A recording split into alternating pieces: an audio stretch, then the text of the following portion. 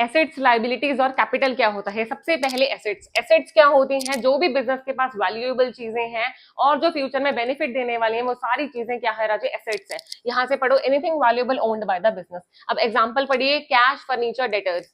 अगर मैं बोलूं बिजनेस के पास, बिजनेस के गले में बहुत सारा कैश पड़ा है, वो क्या है राजे? एसेट्स है।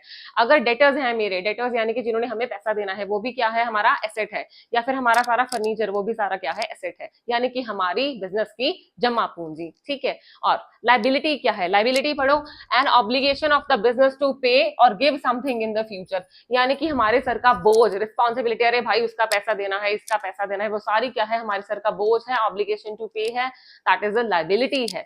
ठीक है। अब एग्जांपल सुनिए, बैंक लोन और क्रेडिटर्स। बैंक लोन कैसे? अगर हमने बैंक से लोन लिया है तो हमारी रिस्पॉन्सिबिलिटी उनको पे करना, प्रिंसिपल अमाउंट भी विद इंटरेस्ट, जो भी इंटरेस्ट बनेगा, राइट। और क्रेडिटर्स, क्रेडिटर्स कौन होते हैं? जिनसे हमने उधार पे पैसा लिए, तो उनको भी हमें पे करना पड़ेगा, हमारी रिस्पॉन्सिबिलिटी, बिजनेस की रिस्पॉन्सिबिलिटी है, तो that is a liability.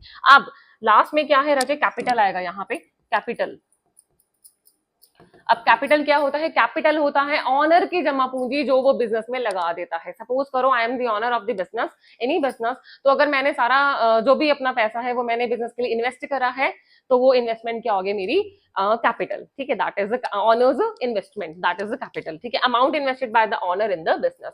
Example सुनिए, cash introduced by the owner. ठीक है, ऑनर ने बिजनेस में पैसा लगाया और बोला कि अब आप मुझे कमा के दो। ठीक है, राइट, ओके। अब लास्ट में फटाफट से एसेट, लाइबिलिटी और कैपिटल को पढ़ लेते हैं। एसेट क्या है? ओन्स। ओन्स यानी कि बिजनेस के पास जो है सारी जमा पूंजी जो भी है बिजनेस की, वो एसेट है।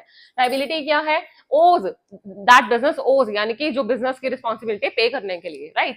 और कैपिटल क्या है? ऑनर्स इन्वेस्टमेंट, यानी कि जो मैंने पैसा या ऑनर ने पैसा जो इन्वेस्ट करा है बिजनेस के अंदर। तो 3 ओ से आपको सारा कुछ लर्न हो जाएगा, ओ ओ ओ। ओके, सो बच्चों कॉमर्स रटेंगे नहीं, समझेंगे।